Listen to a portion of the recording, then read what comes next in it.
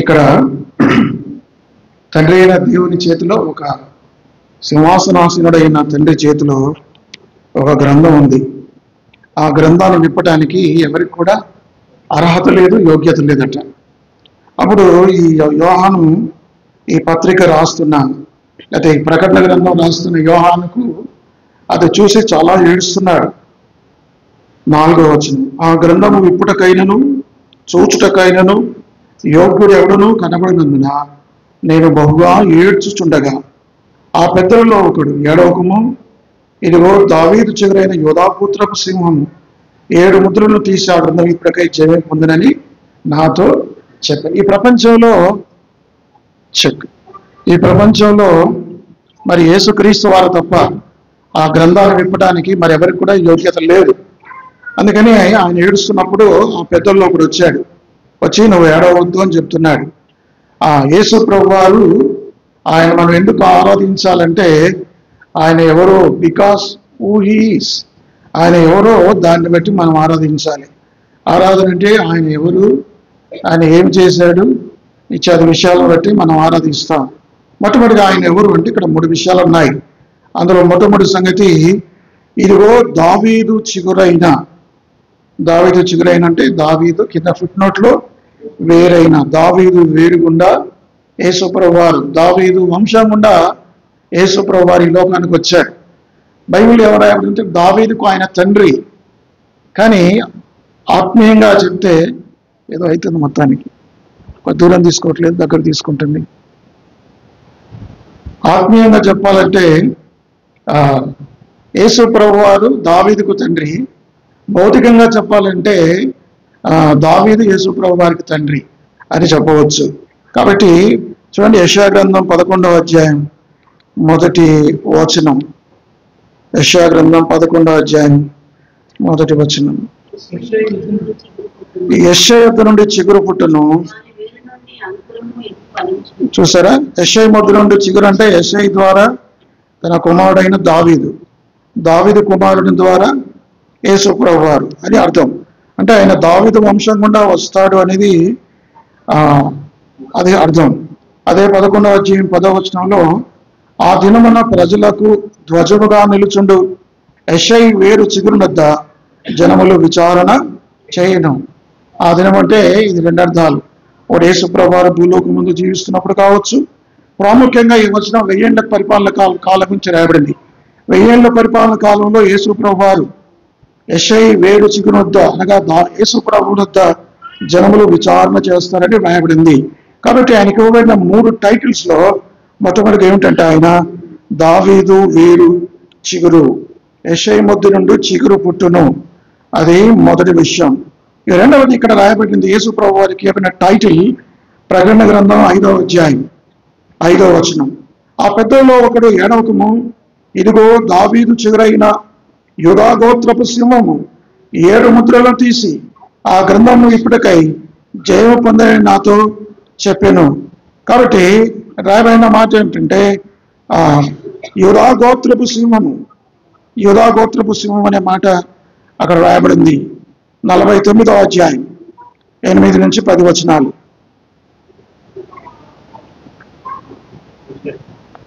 ఆదికాండం 49 8, 10 వచనాలు. దొరికిందా? స్తుతించెదరు, నీ తండ్రి కుమారులు నీ ఎదుట సాగిలపడుదురు.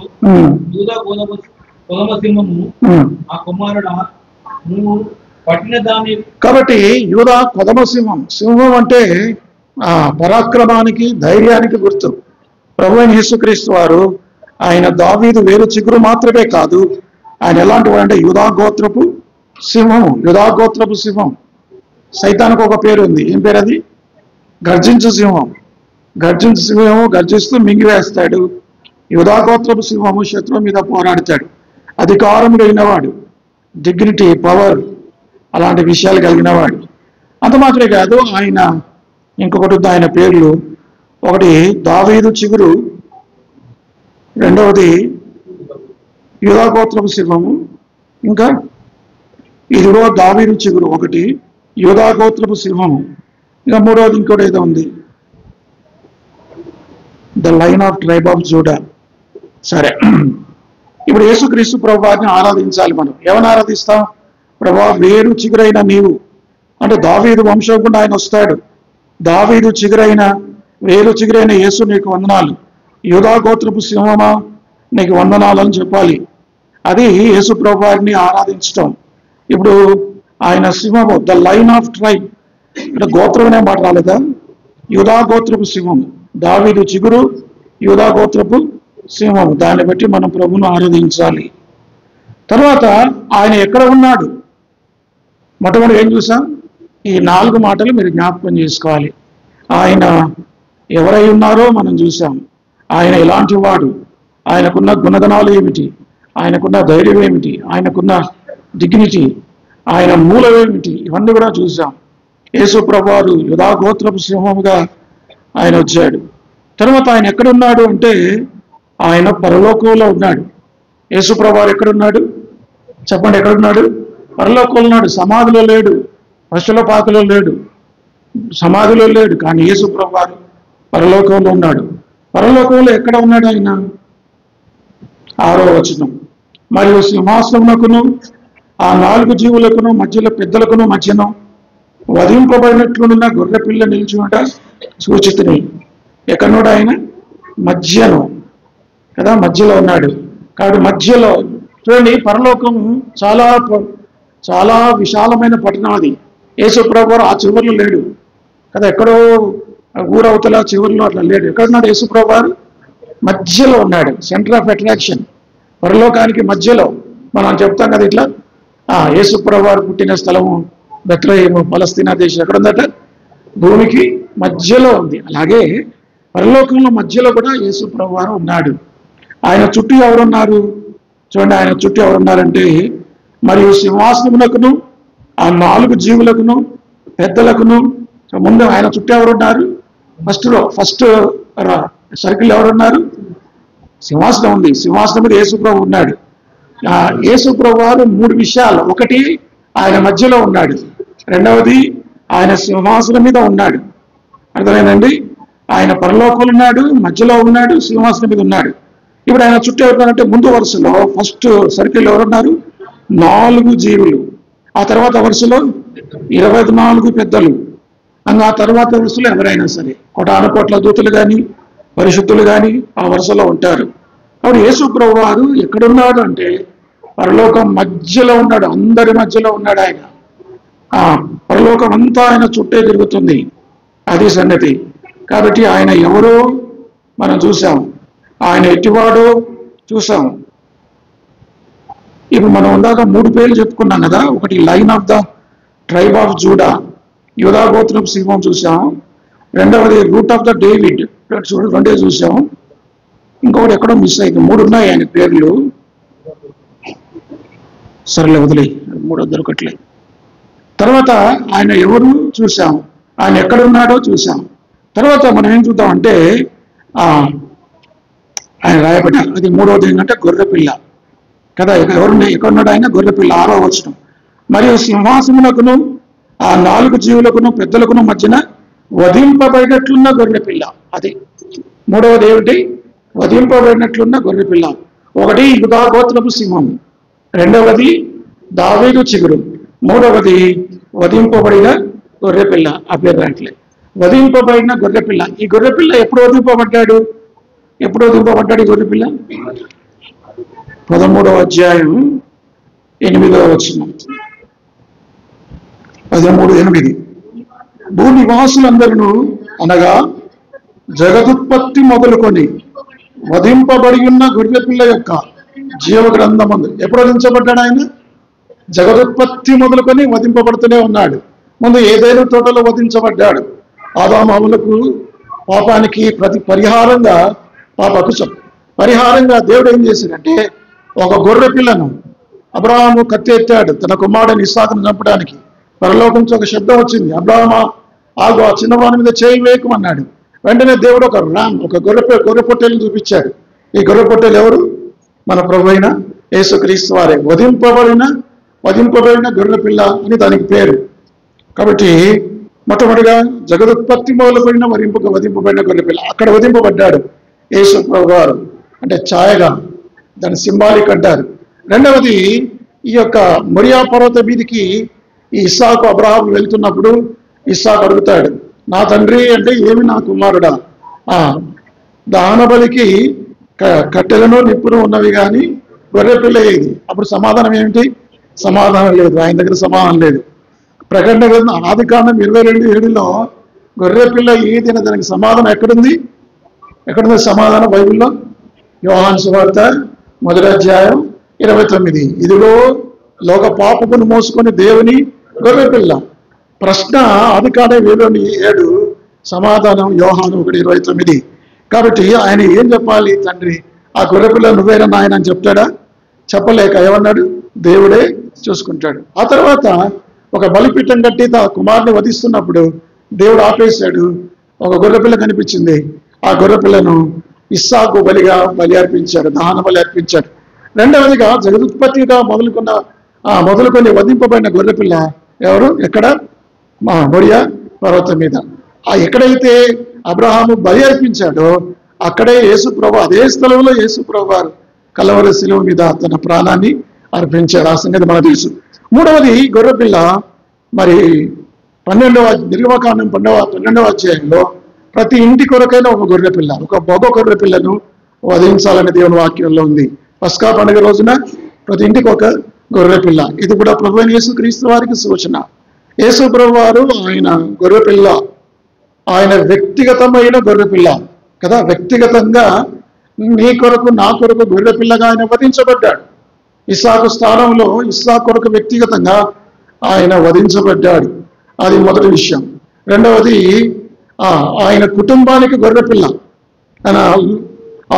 నిర్గమకాండం 12వ అధ్యాయంలో ప్రతి కుటుంబం కొరకైన గొర్రెపిల్ల అన్నొక చేరియండి. ప్రతి కుటుంబం కొరకైన ఒక గొర్రెపిల్ల. అర్థమైందండి? కుటుంబం గొర్రెపిల్ల. మూడవది యెషయా గ్రంథం 53వ అధ్యాయంలో ఆయన ఇశ్రాయేలు జాతి కొరకైన గొర్రెపిల్ల. యెషయా గ్రంథం 23వ అధ్యాయంలో రాయబడింది. వదకు తేబడు మాట చూడండి. యెషయా గ్రంథం 53:7-8. అతడు దౌర్జన్యమునందెను, బాధింపబడెను, నోరు తెరవలేదు, వదకు తేబడు గొర్రెపిల్లయు. కాబట్టి మూడవది ఇశ్రాయేలు జాతి విమోచన కొరకైన గొర్రెపిల్ల. మూడవది ఎవరి కోసం? ఇశ్రాయేలు జాతిని విమోచన గొర్రెపిల్ల. నాలుగవది యోహాను 1:29, ఇదిగో లోకమందరి కొరకై వధింపబడిన గొర్రెపిల్ల.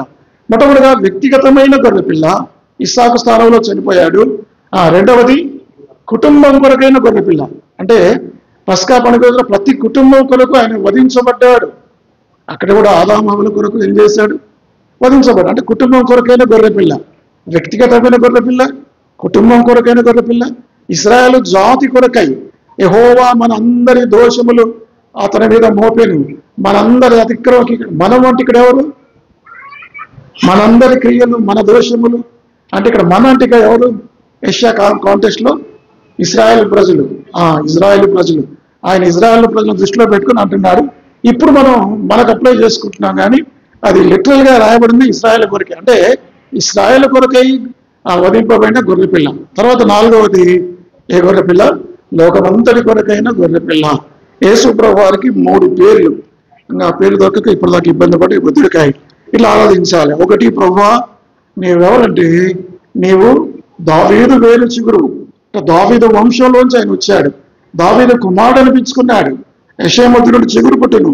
రెండవది యూదా గోత్రపు శివం. బెంజమిన్ గోత్రం కాదు, బెన్యామీను గోత్రం పోయింది.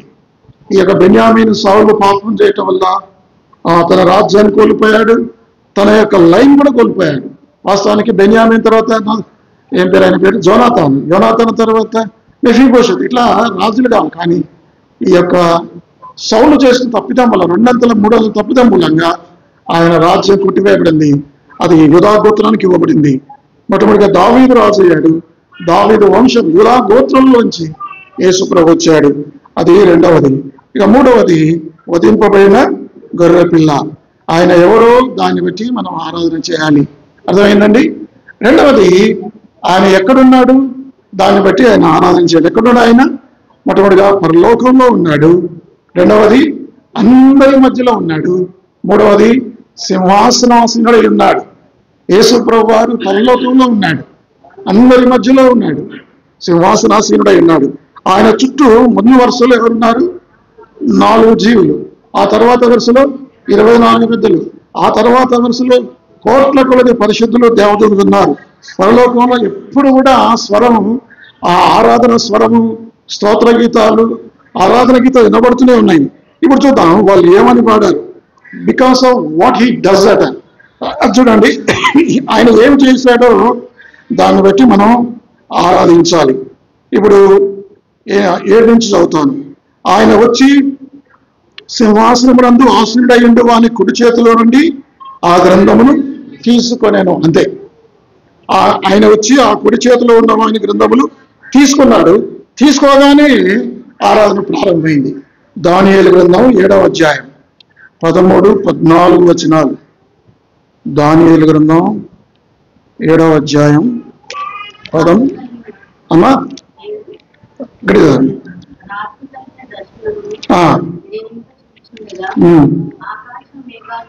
ఆకాశ మేఘారుడై వచ్చి ప్రవేశించి ఆయన సముఖమునకు, అది చూసారా, ఆకాశ మేఘారుడై మనుష్య కుమారుడు పోలిన ఒకడు వచ్చి ఆ మహావృద్ధుడగు వాని సన్నిధిని ప్రవేశించి. మహావృద్ధుడగు వాడు అంటే ఇక్కడ తండ్రి పోలిక, తండ్రి అయిన దేవునికి సాదృశ్యం. ఆ తండ్రి అయిన ఆయన చేతిలో ఉన్న ఒక గ్రంథం, ఆ గ్రంథాన్ని కుమారుడైన యేసుక్రీస్తు వారు ఆయన సన్నిధిలో ప్రవేశించాడు అని ఇక్కడ ఉంది. కానీ ప్రకటన గ్రంథం 5వ అధ్యాయంలో ఏముందంటే అక్కడ 7వ వచనంలో ఆయన వచ్చి, ఆయన అంటే మనుష్య కుమారుని పోలిన వాడు వచ్చి, యేసుక్రీస్తు వారు వచ్చి తర్వాత సింహాసనమందు ఆసీనుడైయుండు వాని కుడి చేతిలో నుండి ఆ గ్రంథమును తీసుకొని అయిపోయింది. అప్పుడు పరలోకం అంతా జయోత్సవం పాడింది. అప్పుడు వారందరూ కూడా ఆరాధించారు. చూడండి, అక్కడ నేను చదువుతాను.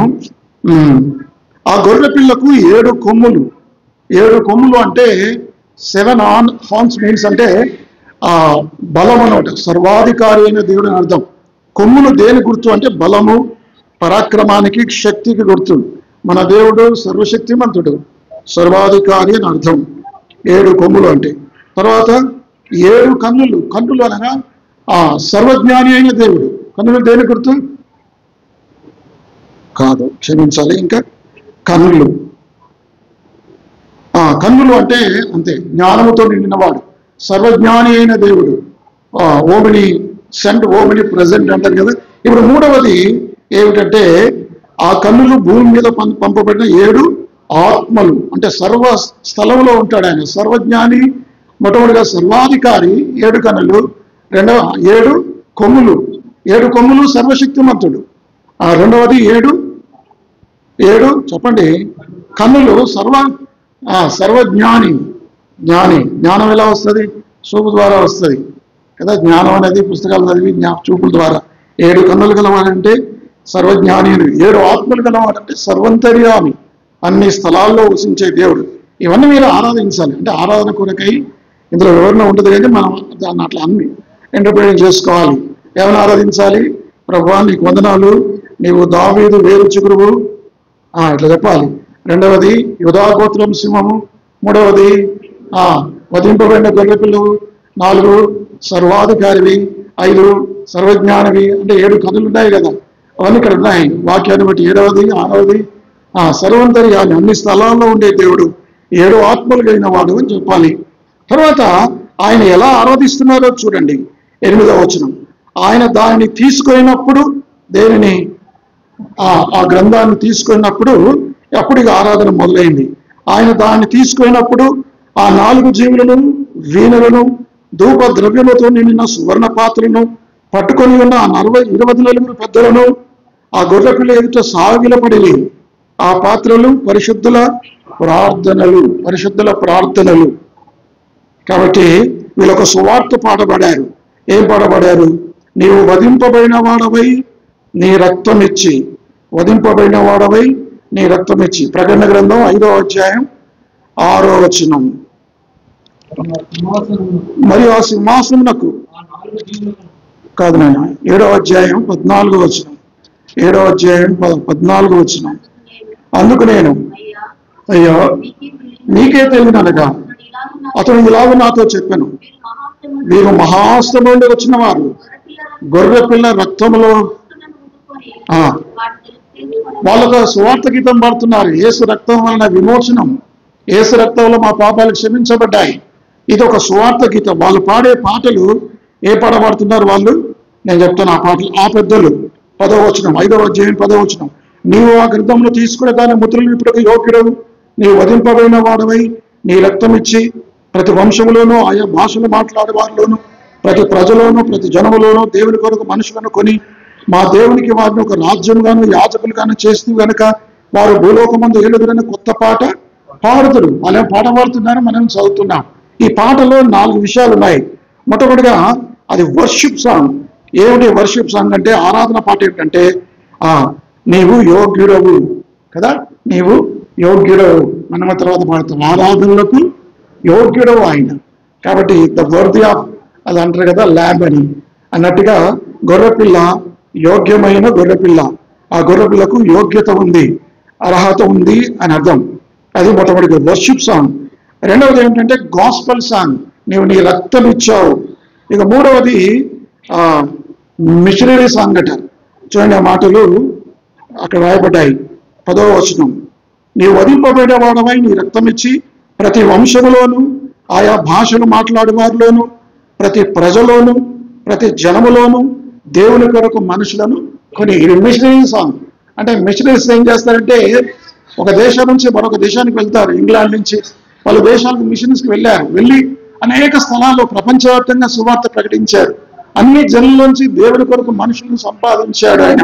కాబట్టి ప్రతి జనంలో ప్రతి భాషలో ఇది ఏమంటారంటే మిషనరీ సాంగ్. ఇక చివరికి ఏంటంటే ప్రాఫిటిక్ సాంగ్. ఏ సాంగ్ ఇది? Prophetic song. చూడండి ఆ మాటలు ఉన్నాయి. గనుక వారు భూలోకమందు ఏలుగురని కొత్త పాట. అంటే ఎప్పుడు వెళ్తారు భూలోకమందు? ఎప్పుడు వెళ్తారు భూలోకమందు? 1000 ఏళ్ల పరిపాలన. 1000 ఏళ్ల పరిపాలనలో యేసు ప్రభుతో పాటు దిగి వచ్చిన సంఘం అంతా కూడా ఆయనతో 1000 ఏళ్ల రాజ్య పరిపాలన చేస్తారు. Prophetic song. ఇది ఇంకా జరగలేదు, మీలైనా జరిగిపోయినాయి.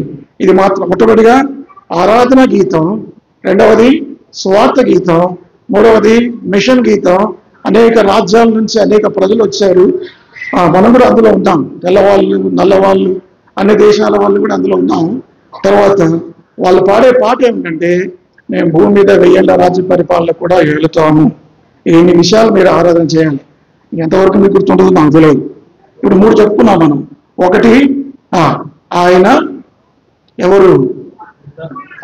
సరే ఆయన ఎవరు? రెండవది ఆయన ఎక్కడున్నాడు? మూడవది ఆయన ఏం కలిగి ఉన్నాడు? Because of what he does. ఆయన ఏం చేశాడంటే గ్రంథాన్ని విప్పాడు. గ్రంథాన్ని విప్పడమైనా ఇంకా ఆయన భూమి మీదకి వచ్చాడు, రక్తం కార్చాడు, ప్రాణం పెట్టాడు, సమాధి చేయించాడు, అద్భుతాలు చేశాడు, నీ ప్రాణాన్ని నీ యొక్క పాపాన్ని మోసుకున్నాడు, తిరిగి లేచాడు. ఇవన్నీ కూడా ఆయన చేసిన దాంట్లోకి వస్తాయి. కన్యమరియా గర్భంలో జన్మించాడు మొదలుకొని ఆయన పరలోకాన్ని ఆరోహణమైనంత వరకు కూడా ఆయన చేసిన అన్ని కూడా మనం చెప్పాల్సి వస్తుంది. అన్ని చెప్పకండి, మీకు ఎన్ని గుర్తుంటే అని చెప్పండి. కానీ నేను చెప్పిన విషయాల్లో కొన్ని విషయాలైనా సరే మీరు జ్ఞాపకం పెట్టుకోవాలి. గొర్రెపిల్ల గురించి మాత్రం మర్చిపోకుండా ఆరాధించండి. వధింపబడిన గొర్రెపిల్ల నాయన, నా స్థానంలో నువ్వు వధించబడ్డావు. నా వ్యక్తిగతమైన గొర్రెపిల్లం, నా కుటుంబ గొర్రెపిల్లం, నా జాతి విమోచించడానికైనా గొర్రెపిల్లం, సర్వలోకాన్ని విమోచించిన గొర్రెపిల్ల నీకు స్తోత్రమై మనం ఆయన ఆరాధించవచ్చు. చివరికి ఏమిటంటే ఇక రాయబడిన మాట ఇంకొకటి నోట్ చేసుకున్నాను. వాట్ హీ హ్యాస్, ఆయన ఏమి కలిగి ఉన్నాడు కదా. ఇప్పుడు మొట్టమొదటి 4 విషయాలు. బికాస్ ఆఫ్ హూ ఈస్, ఆయన ఎవరో చూసాం. రెండవది ఏంటంటే second one is because of where he is, అది రెండవది. మూడవది because of what he does, అది చూసాం. ఇప్పుడు 4వది ఏంటంటే because of what he has, ఆయన ఏం కలిగి ఉన్నాడో మనం చూద్దాం. ఇప్పుడు 11 నుంచి 14 వరకు ఆయనకున్న ఆరాధన ఏమిటో, ఆయనకున్న స్తుతి, ఆయనకున్న మహిమ ఏమిటో చూద్దాం. మరియు నేను చూడగా సింహాసనమును జీవులను పెద్దలను ఆవరించిన అనేక దూతల స్వరము వినబడింది. వారి లెక్క కోట్ల కొలదిగా నేను కోట్ల కొలది దూతలు, కోట్ల కొలది పరిశుద్ధులు, మనకంటే ముందుగా వెళ్ళిన కోట్ల కొలది పరిశుద్ధులు దూతలు కలిసి గాన ప్రతిగానములు చేయుచుండిరి. పరలోకంలో సంగీతం తప్ప మరొకటి లేదు. 13వ వచనం. అంతటా పరలోకమందును భూమి అందును భూమి క్రిందను సముద్రములోను ప్రతి సృష్టము అనగా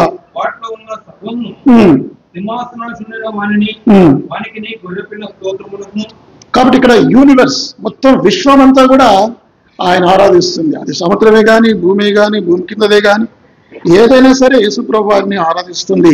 ఇంకా ప్రాముఖ్యమైన మాట 12వ వచనం. వారు వధింపబడిన గొర్రె పిల్ల శక్తియు 1, ఐశ్వర్యము 3, జ్ఞానము 4, బలము 5, ఘనత 6, మహిమ 7, స్తోత్రము. ఇన్ని విషయాలు. కాబట్టి ఏమున్నాయంటే ఆయనకు మళ్ళీ చదివితే నేను వినండి. స్తోత్రము, ఘనత, మహిమ, ప్రభావం కింద ఉంది. అది కింది 13వ వచనం కింది భాగంలో ఉంది. చూడండి. సర్వమును సింహాసనాసులైన వానికి, గొర్రె పిల్లకును సింహాసనాసుల వానికి అంటే సింహాసనాసుల వానికి అంటే తండ్రి అయిన దేవుడికి, గొర్రె పిల్ల కంటే ప్రభు అయిన యేసుక్రీస్తు వారికి.